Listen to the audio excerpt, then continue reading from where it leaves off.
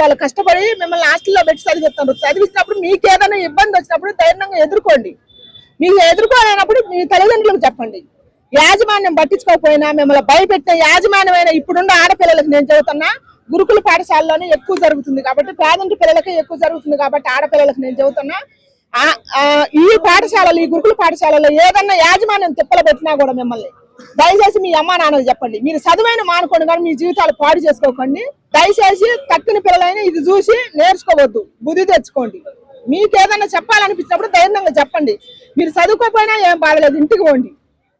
దయచేసి ఇప్పటి నుంచి గురుకుల పాఠశాల మీద గవర్నమెంట్ ఫోకస్ ఎక్కువ పెట్టాలా, యాజమాన్యానికి భయం పుట్టాలా, ధర పుట్టాలా. పేదంటి ఆడపిల్లలే ఎందుకు అయిపోతారు.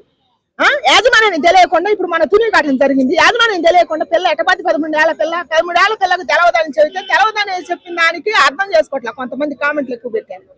13 ఏళ్ల పిల్ల పోయేది వచ్చేది తెలుతుందండి. 13 ఏళ్ల పిల్లకు కాదు, 5 ఏళ్ల పిల్లకు కూడా ఒక అంకుల్ తెలిసిపోతే అంకుల్ ఏం చేసిండో కూడా చెప్పుద్ది. పోయేది వచ్చేది తెలుసుద్ది. తెలవకుండా ఎందుకు తెలవంది ఎటపాతి 4-5 సార్లు పోద్ది కానీ అది తప్పు కొప్పుకు తేడా తెలియట్లే. 20 ఏళ్ల పిల్లకైతే తెలుస్తుంది తప్పు కొప్పుకు తేడా. 13 ఏళ్ల పిల్లకి తప్పు అని తెలియదు కదా, పోవటమే తెలుసు. కానీ ఇది నేను నా లైఫ్కి ఇది మచ్చ అని తెలియదు కదా. అట్టా 13 ఏళ్ళు ఏజ్ ఉండే పిల్లలకు తెలియదు కాబట్టి దయచేసి తెలుసుకోండి. పోవటమే కాదు, పోవటం రావటం తెలుసు మీకు, కానీ దానివల్ల మీ జీవితం ఆగమైపోద్ది, మీ భవిష్యత్తు ఆగమైపోద్ది. అది తెలుసుకోమని నేను చెప్పిన. గవర్నమెంట్కి నేను దయచేసి చెబుతున్నా, గురుకుల పాఠశాలల మీద ఒక కన్నేయమని చెబుతున్నా. ఓ భయం పెట్టాలి యాజమాన్యానికి. యాజమాన్యానికి తెలియకుండా ఏ తప్పు జరగదండి. టిఫిన్ చేసిన పిల్ల, 10వ తరగతి చదివిన పిల్ల, అంత ధైర్యంగా ఉన్న పిల్ల, ప్రతి ర్యాంకు ఫస్ట్ కొట్టిన పిల్ల, ఏదన్నా ఉంటే మీరు ఒక కుటుంబాన్ని పిలిచి చెప్పండి, వాళ్ళ నాన్న పిలిచి చెప్పండి, వాళ్ళ అమ్మకు పిలిచి చెప్పండి, లేకపోతే ఇంటికి పంపించండి. దయచేసి యాజమాన్యాన్ని ప్రశ్నించాల్సిందే. యాజమాన్యం తప్పు ఉంటుంది, గురుకుల పాఠశాల యాజమాన్యాన్ని. గవర్నమెంట్ దయచేసి నేను కోరుకుంటున్నా, ఒక్కసారి దయచేసి గురుకుల పాఠశాల యాజమాన్యానికి మీరు భయం పెట్టాల్సిందే, మీరు అడగాల్సిందే. మీరు భయం పెట్టినంతసేపు ఆడపిల్లల జీవితాలు నలిగిపోతూనే ఉంటాయి. దయచేసి నేను గవర్నమెంట్ ని కోరుకుంటున్నా, మీరు భయం పెట్టాలా. ఈ గురుకుల పాఠశాలలో ఉండే వాళ్ళు ఎక్కువ పేద విద్యార్థులే ఉండేది, అందుకని వాళ్ళు భయం చెప్పాలా.